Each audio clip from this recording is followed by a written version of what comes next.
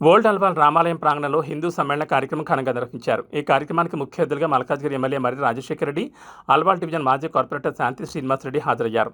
ఈ సందర్భంగా వక్తలు సూర్యనారాయణమూర్తి, పద్మజానంద, రుక్మిణి హిందుత్వ సమాజం గురించి ప్రసంగించారు. ఈ సందర్భంగా వారు మాట్లాడుతూ భారతదేశానికి ఆత్మ ప్రాణం హిందూ ధర్మం, హిందూ సమాజాన్ని చైతన్యవంతం చేసి సమైక్యపరిచి మన దేశాన్ని విశ్వగురుగా నిర్మాణం చేయాలనే లక్ష్యంతో ఏర్పడిన రాష్ట్రీయ స్వయం సేవక్ సంఘ్ 100 సంవత్సరాలు పూర్తి చేసుకున్న సందర్భంగా ఈ యొక్క హిందూ సమ్మేళన కార్యక్రమం జరుపుకుంటున్నామని తెలిపారు. అంటరానితనం నిర్మూలించి సామాజిక సమరతను నిర్మాణం చేయడం, కుటుంబ వ్యవస్థను బలోపేతం చేయడం, పర్యావరణ పరిరక్షణ అనేది హిందూ సమ్మేళనం యొక్క ముఖ్య లక్షణాలు.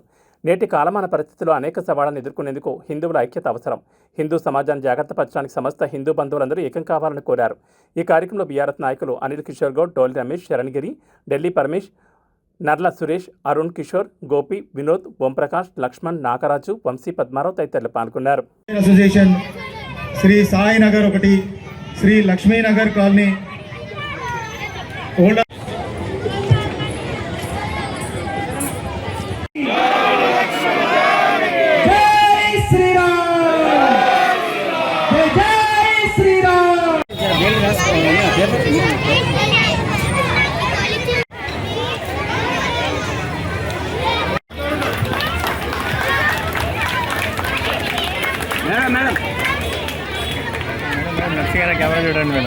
శ్రీరామ్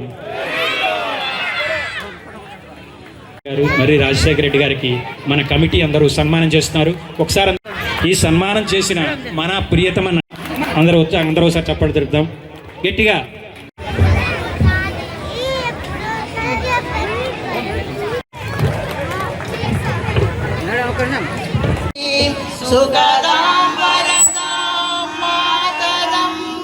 వందే మాతరం కోటి కోటి కంఠ కలకల నినాద కరళి సుమిత ద్రుమదళ శోభిని సుహాసిని వందే మాతరం తుమి విద్యా తుమి ధర్మ తుమి హృది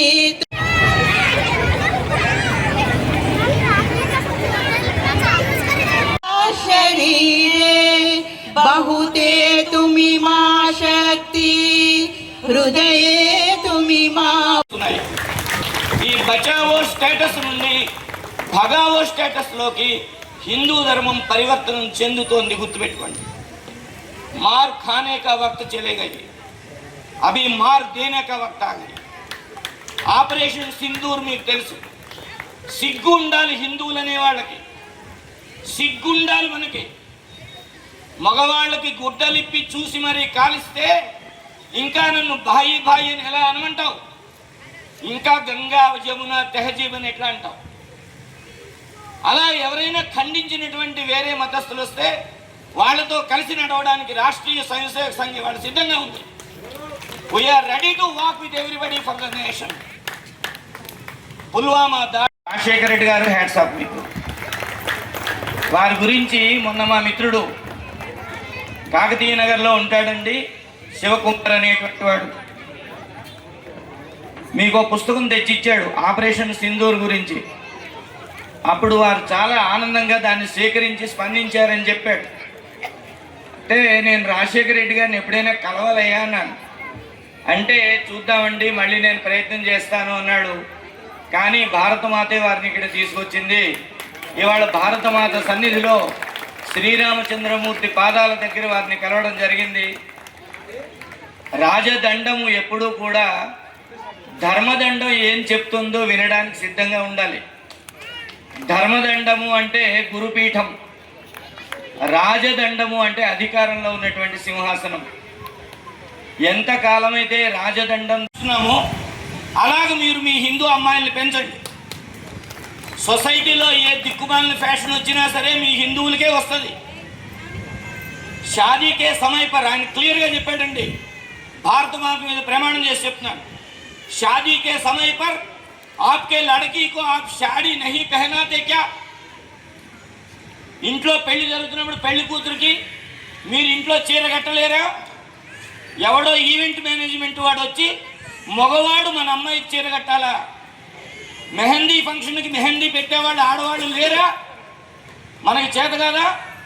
ఈవెంట్ మేనేజ్మెంట్లో ఎవడో పోకిరి కదా వచ్చి వాడు మన అమ్మాయి చేయబట్టుకొని మెహందీ పెడితే రేపొద్దున అమ్మాయి ఫోన్ నెంబర్ ఇస్తే ఇక కథ అంతా మీకు తెలుసు కదా.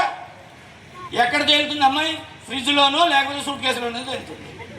తర్వాత విడిపోవాలా, లేకపోతే గల్లీలో లాయర్కి దుకాణం లేదు కదా, కేసు పెట్టుకోవాలా.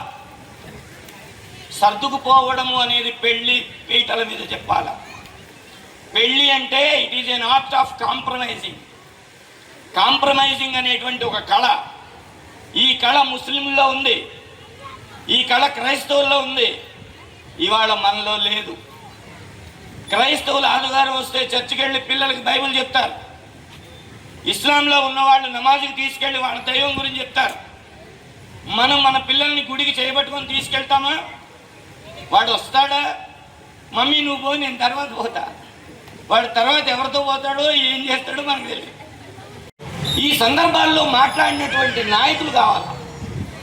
అటువంటి నాయకత్వ నిర్మాణం కోసం, ఒక గొప్ప గళాలు తయారు చేయడం కోసం హిందూ సమాజం వాళ్ళ పురిటి నొప్పులు పొందుతుంది. పురిటి నొప్పులు అనే మాట అన్నాను, గుర్తుపెట్టుకోండి. ఒక కొత్త నాయకుడు పురుడు పోసుకోవాలి. మా రాజశేఖర రెడ్డి గారు లాంటి గొప్ప నాయకుడు యంగ్ చాప్ రావాలా, భరోసా ఇవ్వాలా. ఐఆమ్ హియర్ ఫర్ హిందూస్, కమాన్. అర్థమైందా?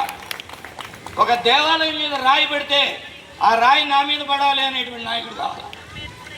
ఇవాళ ఆయన ఉన్నారని నేను చెప్పడంలా, ప్రతి వేదిక మీద నేను ఇదే చెప్తున్నాను. కాంగ్రెస్ నాయకులు ఇక్కడ ఎవరైనా ఉంటే వారికి ఒక వినతి, నేను కోరుకుంటున్నాను రేవంత్ రెడ్డి గారిని కలవాలని. విషయం ఏంటంటే చేస్తున్నాయి, ఆలోచించండి నిశ్శబ్దంగా. డబ్బులుంటే ఒక దేవాలయానికి 10 రూపాయలు ఇవ్వండి. మీ వీధి బడిలో గవర్నమెంట్ స్కూల్లో చదువుతున్న పిల్లలకి 10 నోట్బుక్స్ ఇవ్వండి. అంతేగాని పెళ్లికి ముందే దొరలాడిన ప్రీ వెడ్డింగ్ షూట్ హిందువులకు ఎందుకండి ఈ దరిద్రం? ఒక సభలో నేను అడిగాను, లిబరేషన్ అనే పేరుతో మన హిందూ మహిళలు ఎంత దూరం పారిపోయినారో, ఎంత గౌరవాన్ని కోల్పోతున్నామో ఒకసారి గమనించండి దయచేసి. చాలా ఆవేదనతో చెప్తున్నాను. ఒక సభలో అడిగాను, ఏమండి ఈ సభలో ఎవరైనా కంబైన్ ఫ్యామిలీస్ ఉన్నాయా అని. చూస్తే ఎవరు చేయెత్తలే. ఒక ఆవిడ చేయెత్తింది, అమ్మయ్య ఒక్కరైనా ఉన్నారు, సంతోషం. అమ్మగారు మీ ఇంట్లో ఎంతమంది ఉంటారంటే ఆవిడ చెప్పిన ఆన్సర్ విని నేను కంగారు పడ్డా. ఎంతమంది ఉంటారు కంబైన్ ఫ్యామిలీలో? 2. ఒరిని దుంపదేగా 2 అంటే, అవునండి నేను మా ఆయన ఉంటాం, పెళ్ళై 10 ఏళ్ళైనా ఇంకా మేము కలిసి ఉంటున్నాం, ఇదే గొప్ప విషయం. పిల్లలకి 10 రూపాయలు ఇచ్చి పానీపూరి తినరా అని చెప్తారు కదా, ఎప్పుడు ఇస్తా అంటారు? గుడికొస్తే ఇస్తా అని చెప్పండి. అలా ఏ తల్లులైతే తీసుకెళ్తారో వాళ్ళకి శతకోటి వందనాలు. భార్యాభర్తలు కలిసి వెళ్ళాలి గుడికి. రాత్రి పూటైనా దయచేసి కలిసి పువ్వు తినండి. డైనింగ్ టేబుల్ మీద తింటారో, కింద కూర్చొని తింటారో. పిల్లగాడు వస్తాడు, వాడు పెట్టుకు తినేస్తాడు. నాన్నగారు వస్తారు, వారు పెట్టుకు తినేస్తారు. ఇక అమ్మ మిగిలిన గిన్నెల్లో దూర్చుకొని అమ్మ తినేస్తుంది రాత్రి 10 అప్పుడు. దౌర్భాగ్యం. క్రైస్తవ సమాజంలో రాత్రిపూట అందరూ కూర్చొని తింటే భగవంతుడికి ప్రేయర్ చేసి, ఈ రోజుకి మాకు తిండి ఇచ్చావు భగవంతుడా, రేపు మా పరిస్థితి నువ్వే